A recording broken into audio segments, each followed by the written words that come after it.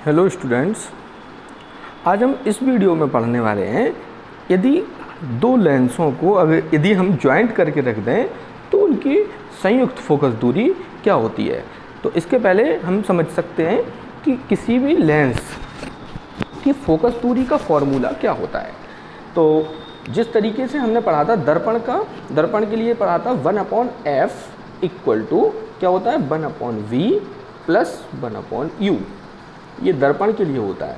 जब हम लेंस के लिए लेके चलते हैं तो इनके बीच में होता है माइनस, यानी जब हम लेंस के लिए बात करते हैं फोकस दूरी का के सूत्र का तो 1/f equal to 1/v minus 1/u। ये होता है किसी भी लेंस के लिए फोकस दूरी। अब हम बात कर रहे हैं यहाँ पर संयुक्त फोकस दूरी की। दो लेंस यदि ज्वाइंट करके रखे हों तो मान के चलते हैं ये L1 और L2 दो लेंस हैं जो कि एक दूसरे के संपर्क में रखे हैं।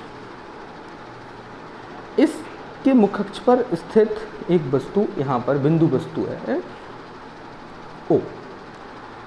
तो इस पहले लेंस से इसका अपवर्तन हुआ और इसके द्वारा इसका प्रतिबिंब बनता है I डैश पर।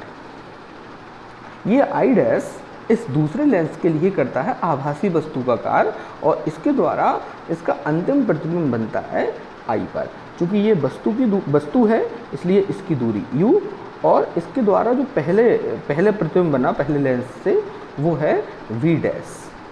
और ये V डैश ने इस वस्तु के लिए इस लेंस के लिए किया वस्तु का कार्य, तो इसका अंतिम प्रतिबिंब बनता है V दूरी पर। तो हम शुरू करते हैं।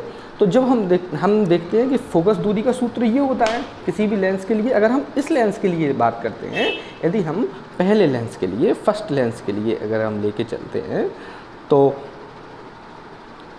1/f सूत्र इसका क्या होता है 1/f। तो इसकी फोकस दूरी को मानते हैं f1, इसकी फोकस दूरी को मानते हैं f2। तो 1/ इसके हिसाब से अगर हम चलें तो 1/f1 इक्वल टू 1/, अब इसके लिए प्रतिबिंब की दूरी क्या है v डैश, तो 1/v डैश माइनस वस्तु की दूरी क्या है u। ये इक्वेशन हो जाएगी फर्स्ट। यदि हम सेकंड लेंस के लिए लेके चलते हैं 1/f2 इक्वल टू 1/, अब इसके लिए प्रतिबिंब की दूरी क्या है v और वस्तु की दूरी क्या बन जाती है v डैश।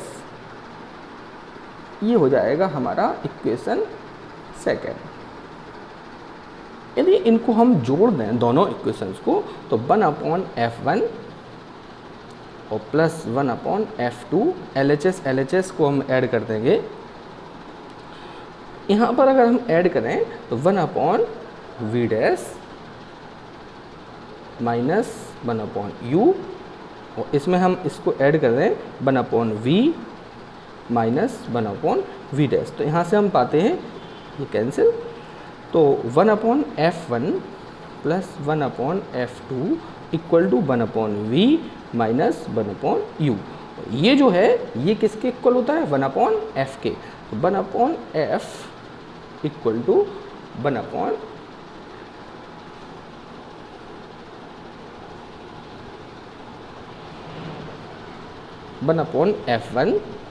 और प्लस 1/f2।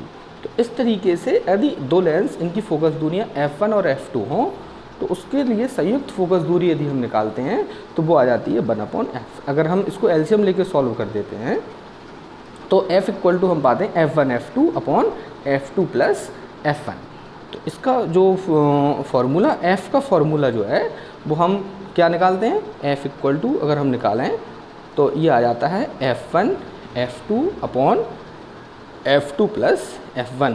तो यदि हमें फोकस दूरी दोनों लेंसों की पता हो तो इस तरीके से हम क्या निकाल सकते हैं, हम f निकाल सकते हैं संयुक्त लेंस की फोकस दूरी। अब हम इसी में आगे और पढ़ते हैं संयुक्त लेंस की क्षमता। चूँकि हमें पता है p इक्वल टू क्या होता है 1/f। तो यदि किसी भी संयुक्त लेंस की हमें क्षमता निकालनी है, यानी अगर दो लेंसों को हम ज्वाइंट कर दें और ज्वाइंट करने के बाद अगर हम उनकी क्षमता निकालें कि उन लेंस की क्षमता क्या होगी, तो चूँकि 1/f1 तो ये हो जाएगा p1, ये हो जाएगा p2। तो p इक्वल टू हम पाते हैं संयुक्त लेंस की क्षमता p1 प्लस p2। इस तरीके से यदि हमें दो लेंस की, तो इसमें न्यूमेरिकल है, यदि दो लेंस उनकी क्षमताएं अलग अलग दी हों तो उससे हम निकाल सकते हैं उस संयुक्त लेंस की क्षमता और संयुक्त लेंस की, और फोकस दूरियां दी हों तो संयुक्त लेंस की फोकस दूरी। अगर फोकस दूरियां दी हों तो भी हम क्षमता निकाल सकते हैं।